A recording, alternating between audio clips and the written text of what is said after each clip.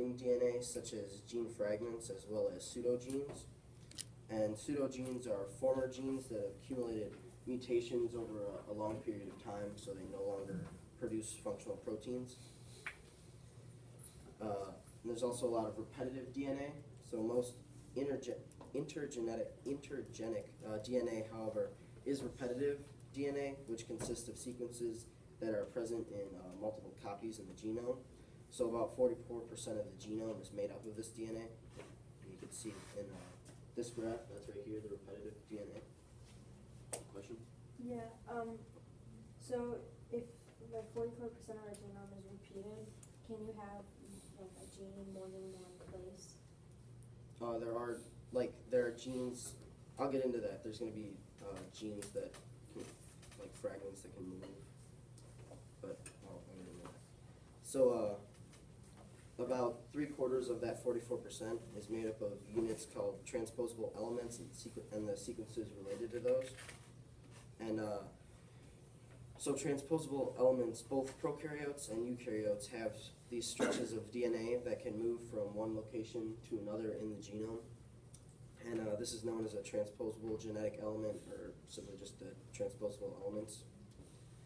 So a transposable element moves from one site in the cell DNA to a different target site by a type of recombination series, and this is called transposition.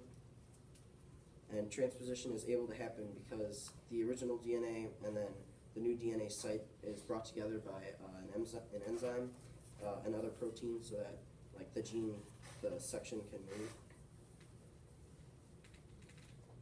Eukaryotic transposable elements, there are two types. The first one's called a transposon, and these move through the genome by means of a DNA intermediate that's usually, it's like an enzyme. And transposons either move by a cut and paste method, where they're removed from the original site and then moved to the new one, or a copy and paste method, which leaves behind a copy of the original. Both methods require the enzyme transposase, which is encoded by the transposon. And then the second type is called a retrotransposon, and these move by means of an RNA intermediate, which is a transcript of the retrotransposon DNA. These retrotransposons always leave behind a copy at the original site during transposition. And to insert at another site, the RNA intermediate is converted back into DNA by the enzyme, reverse transcriptase. That's what the name of the enzyme is. And I have a picture of it right here. So this top one is the transposon, how it moves, how it comes out and is moved into a new section. And this is the retrotransposon. So you can see how it's copied and then moved into a new section, because it always leaves behind a copy. The other repetitive DNA is not transposable elements. They probably arose from mistakes during DNA replication and recombination. And some of these are repeated long stretches of DNA that have been duplicated.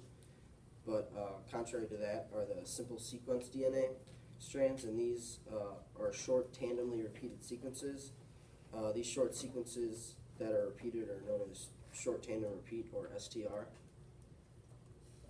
And sequences like these provide a challenge because the presence of many of the short repeating sequences hinder accurate resembling of fragment sequences. So like it's just, they keep repeating, like it's usually short, like, so it's hard to kind of code the fragment.